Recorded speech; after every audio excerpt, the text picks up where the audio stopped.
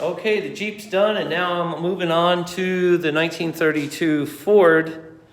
This is a highboy, and it's Ferrari powered. It's got a V12 Ferrari engine with a bunch of carburetors and all that stuff. We stretched the frame 18 inches to accommodate the motor. And this is the body in the spray booth as I'm getting ready to paint it. So that's the 29 tire. I had to paint the wheel for the 29. Here's the 32. And let me see if I can get this camera stuff going. So this is a steel-bodied car.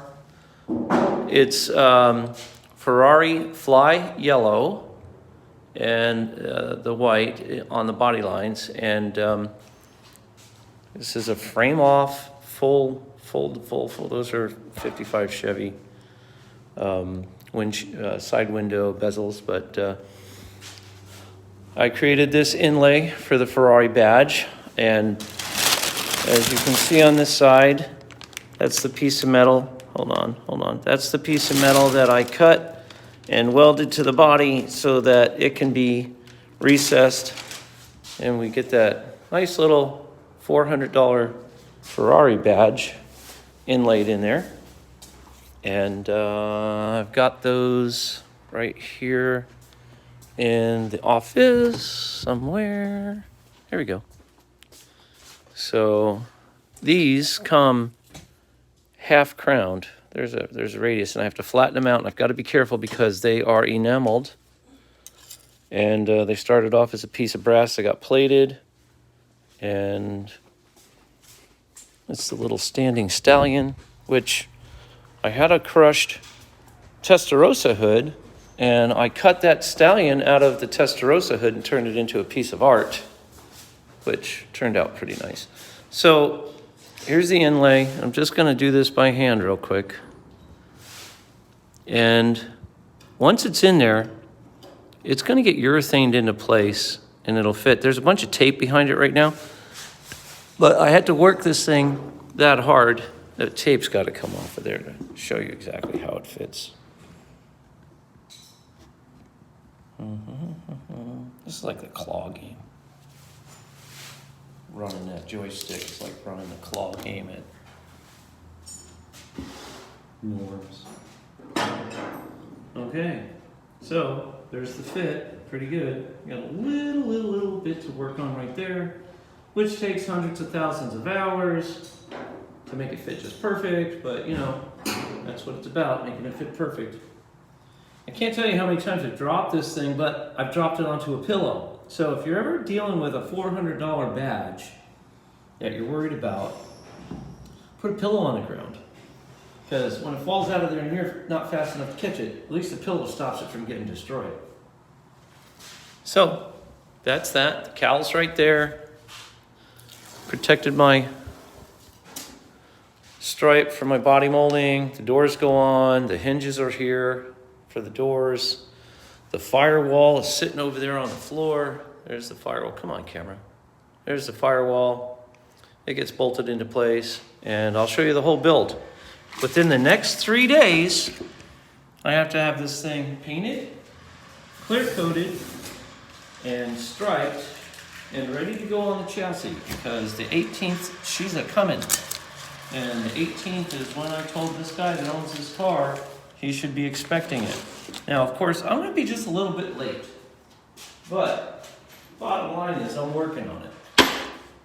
In auto body shop, especially in my shop, let's see, it's probably, well, let's see if it gets this anyway. In my auto body shop, when it's just me and my wife and we're working on these cars, and you tell somebody it's going to be done by this time, if there's something that backs that up, it's not like, auto body shop's not like a mechanical shop where you just nut and bolt stuff together and then hope that the spark plugs are going to work, and if you have to change it because you screwed up a spark plug or something. This paint and body stuff, if it doesn't work out on the first shot, you gotta wait for it to dry. And if it doesn't dry satisfactory enough, you gotta give it more time to dry so that you can rework it. And a lot of people kind of start to hate you because the schedule gets bumped back, but everything gets bumped back. So Monday you start off with 3 projects, and as you're doing 3 projects, one of them screws up. Maybe the first one and the second one. The third one is not so bad. doesn't train wreck the other ones. But if you have to park it and get on the next job and then get back to it while it's trying, that's what you got to do. You just can't muscle through it. So things don't all. You remember the bug? You got to work through that stuff. Now the bug's gone, but it took extra time, and you can't equate for that time. The only thing you can do is say that I know I can get this done in a day, but I better tell you 3 days or 4 days until it's finished. And when you tell a customer that, they look at you and go, "It's a little job. Why so long?" And it's like because of variables that you can't equate into your time of repair. You have to stop and clean up in between jobs. That's a known element. You have to make sure that your job doesn't have a reaction. That's a known element. Sometimes, on that 29, I had 3 times around the horn on that stupid car because every time I turned around, something wasn't compatible.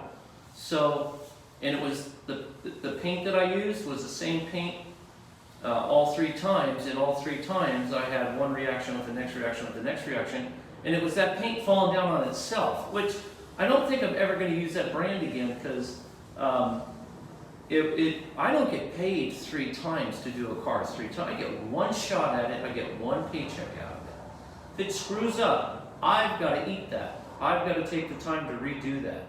And when you're talking about a car that's a complete paint job, and it was bargain basement pricing just because the customer was a very dear friend of mine, and he always said, "You know what, I don't want to break the bank here, so what kind of a price?" So in that consideration and in that timeline, I give him, for what I do, a lowball price, $5,000 to paint that car. I had to paint the car 3 times. It only paid me $5,000. So some people might say, "Well, that's a lot of money." That's not a lot of money. A lot of money is $30,000. $30,000. $30,000 to paint a car. But $5,000 and let me work on it in between jobs, and I'll get through it, and it'll be pretty, and so really depends on what you're doing, right? So when you have a setback, I got to deal with the setback, and that's all there is to it. You just magically can't erase that time. Anyway, this one's next, and I'm on it. Hopefully, I won't have that many setbacks with it. So there you go.